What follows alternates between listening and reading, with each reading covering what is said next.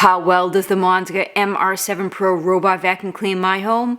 I tested it. Let's find out. A representative from Monsga reached out to me via email and asked me if I would be interested in reviewing their robot vacuum cleaner. Now, right away, they were really open with me and said, hey, we want you to have creative control over the entire review, and they didn't put any stipulations on me for the review, which made it really easy for me to choose to do this review for Monsga. Just as a quick aside, I get about 10 to 20 sponsorship emails per week.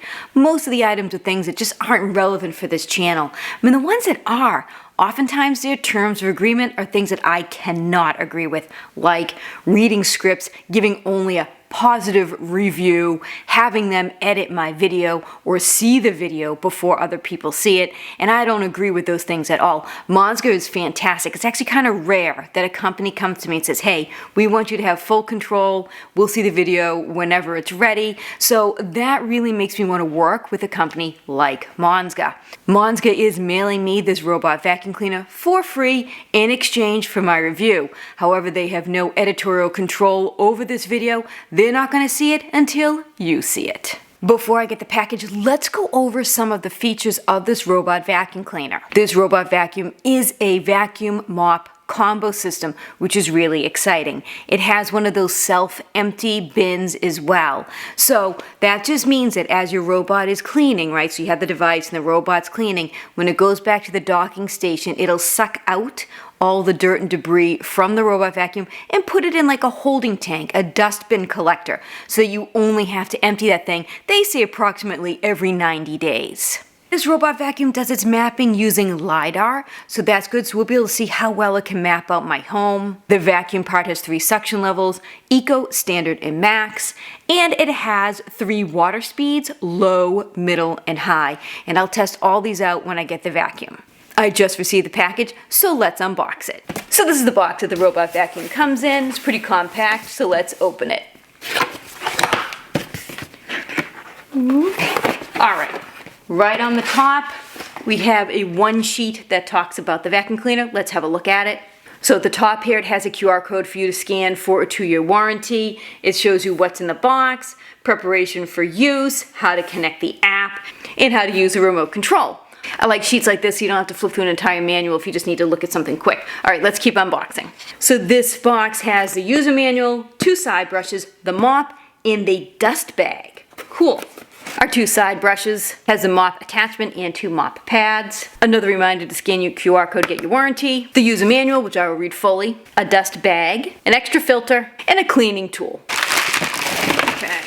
The dust collector and the charging port. And for the shipping, inside here, they have the remote control batteries in a dust bag. And here's the robot itself. Feels sturdy. Oh, I like the rubber fins already. Wheels look good.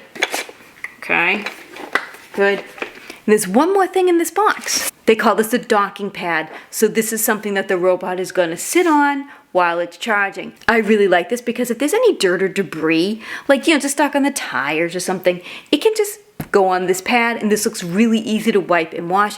Or since this is a mop, if it goes to dock and the mop pad is still wet, let's say you have hardwood floors, it's not going to get your hardwood floors wet, it's just going to stay on this pad. I really like this. Now let's unbox. I'm going to read the manual and get it set up. When you set up this robot vacuum cleaner, you want to make sure there's nothing 2 feet on either side or 5 feet in front of it. I'm going to attach the docking pad so you align the holes here with the nubs on the pad. I'm just going to remove the stickers and these little tabs that say remove. This sticker here says make sure the dustbin is well installed by hearing a click. This sticker on the top here just gives information about the quick mapping that the robot does. I am going to remove the sticker because it says remove it before first use.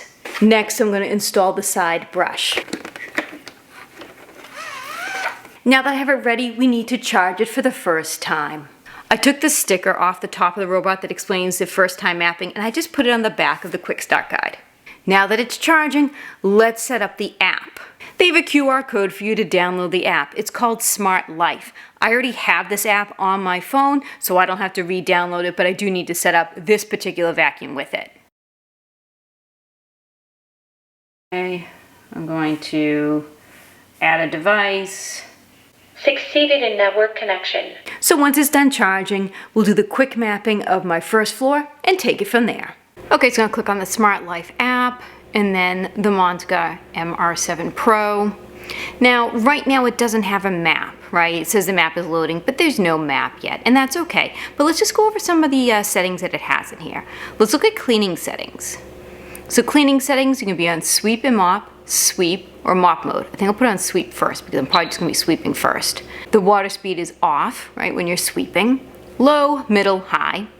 In suction, off, eco, standard, or max. Okay, let's click down below here. It says auto clean, selected zone cleaning, which we don't have a zone yet. Zone clean, spot clean. So we can't do that yet because we don't have a map, but those things will be options later. So there's a schedule, so if we want to add a schedule when we want it to clean, this is nice, lots of different options here. Let's go back. Map management, so this is where you would have different maps. So I'm probably gonna make a map of my first floor and then my second floor. Okay, so let's look at dust collection. Our options here, never collect the dust, meaning that it won't go to the self-empty. Well, we definitely want it to self-empty. Collect dust after vacuum once, collect after vacuum twice, 3, 4. So I'm gonna leave it at the default here, collect dust after vacuum once. And you can tell it to self-empty now also. What else? Do not disturb mode. This mode I think is really important. I have 4, I think, robot vacuum cleaners, and one of them goes rogue at night. So I have to make sure I have it shut off, or it'll just start randomly like cleaning at night. I can't figure out why. I've reset it, I've redone it, the whole thing. So I think this do not disturb feature is really good. Let's keep going. So it has a remote controlling app as well as using a physical remote control. Consumable parts, great, hey, this is great. It tells you the life of the filter and the side brushes and the roll and the mop pad. That's fantastic, that's great. Find my robot. So let's see if we can hear it from here. It's just right behind me over there. So I'm gonna hit make a sound. I'm here. Okay, it says I'm here. I'm here. Great, so I'll stop that. That's good. So I'm going to let it make a map of my first floor. Okay, I'm going to quick map. Start quick mapping.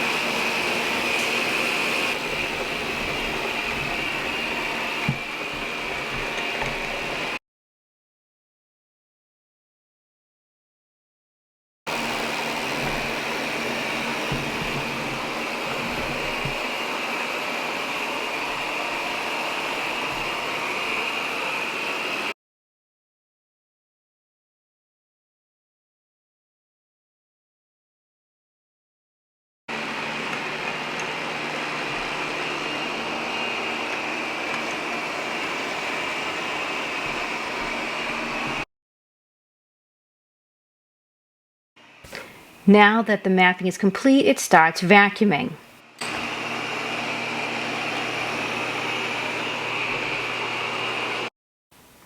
It begins by doing the perimeter of the mapped area. Notice how close it gets to the edge of the wall. It did a good job navigating the perimeter when I had a box in the way. I especially liked how well it was able to clean right next to the boot tray. The spinning arm brush is able to sweep the dirt that's almost underneath the boot tray to get it out to be vacuumed. When it's done with the perimeter, it does a back and forth motion to clean. I set it up to vacuum a very small area so you could see the back and forth motion. Next, let's listen to the sound of the vacuum cleaner in its different modes on higher volume.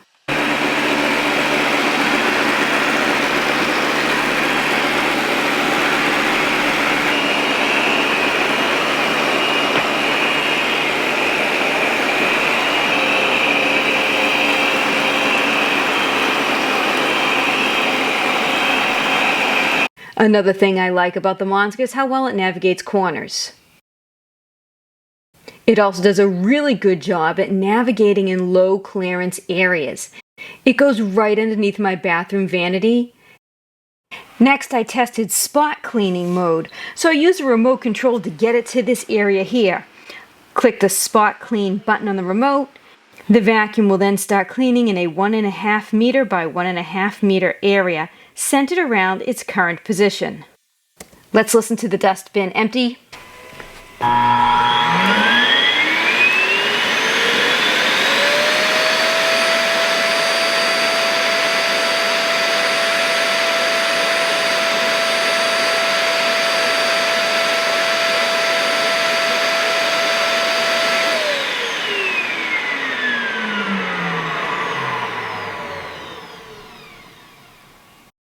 Throwing away the dust collection bag is really simple.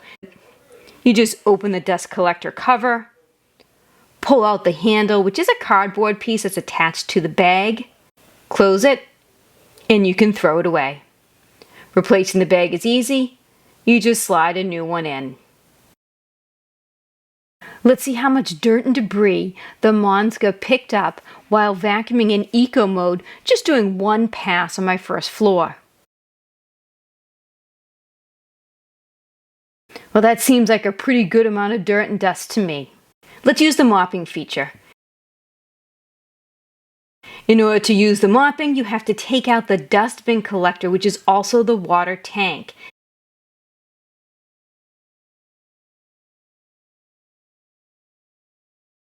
And then fill it with water. Replace the tank. Then you attach the mop pad to the mop head by aligning the tabs and then pressing the Velcro.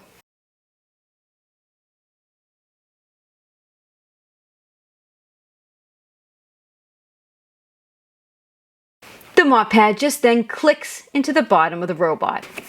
Mopping cloth installed. It mops the same way it does the vacuuming. It first will mop a perimeter and then do a back and forth clean.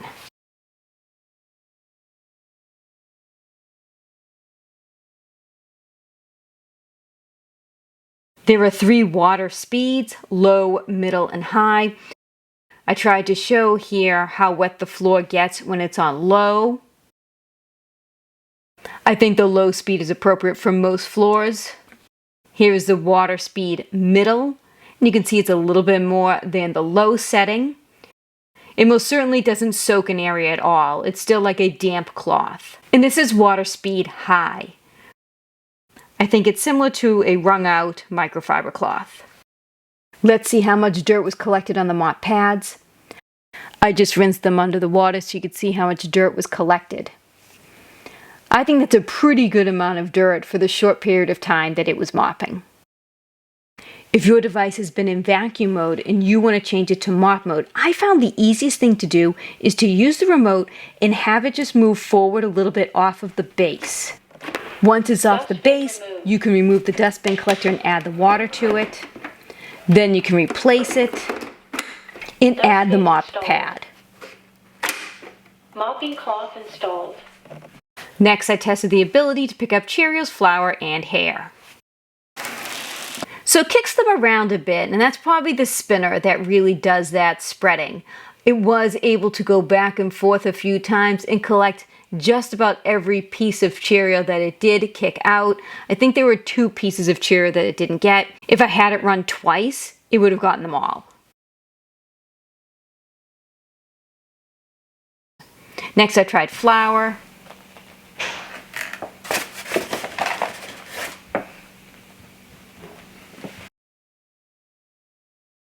It seemed to spread the flour around with the front spinning brush, but it did do a good job at picking up most of the flour.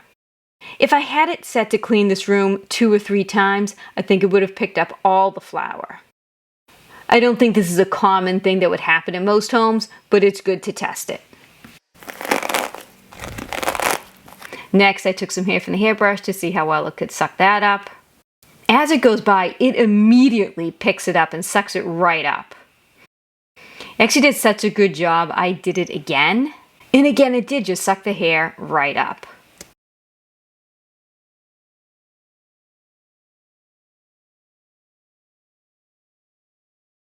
It's always important to conduct maintenance on your vacuum cleaner.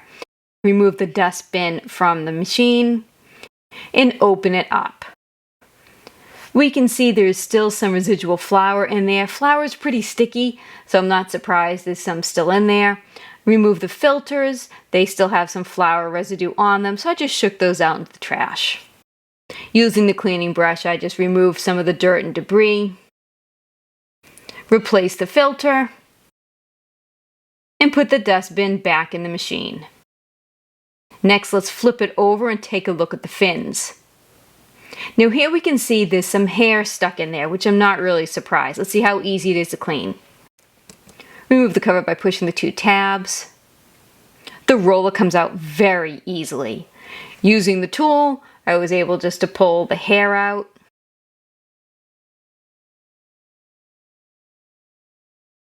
There was some hair tightly wound around the ends, but this has an amazing little feature. You can remove the end cap and just pull the hair right off. Same for the other side, just remove the end cap and pull the hair off.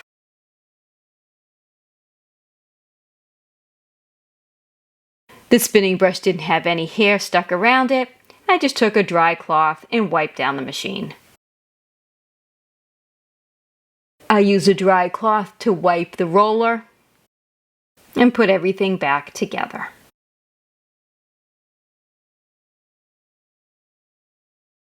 So let's go over some of the pros and cons. The pros. This robot vacuum mop works very well. It's a really good vacuum cleaner and it does great for light mopping. I'm really impressed with the LiDAR mapping. It didn't take long at all for it to map out my first floor. And then once it was done making the map, I was able to say this is this room, this is that room, this is the mud room, this is the bathroom. And it was really easy for me to say, hey, go to the bathroom, and it would just go into the bathroom. The first few times that you send it into a room, it takes a few minutes for it to just kind of like get its bearings where it is, but I noticed the more and more I'm using it, the quicker it goes to the room I'm asking it to go to. I like the fact that on the map you can customize it to make no-go zones. And I was thinking at Christmas time this would be good. Like when I have my Christmas tree up, it would be great to just put a no-go zone right around my Christmas tree. The app is really easy to use and it allows a lot of customization for how you want to use this robot. Remember, this device you can vacuum alone, you can mop alone, or you can do both vacuum and mopping at the same time. The app allows so much customization though. You can send it to a particular room. You can say, I want you to clean these 2 rooms. You can tell it how many times you want it to clean a room. I just think there's a lot of different customization on this app that will make it fit anyone's particular home needs. The device itself is really easy to clean and maintain. I was impressed with how easy it is to remove the roller brush and just clean the robot vacuum in general. You guys know how important it is to clean your vacuum cleaners in order for them to maintain working properly.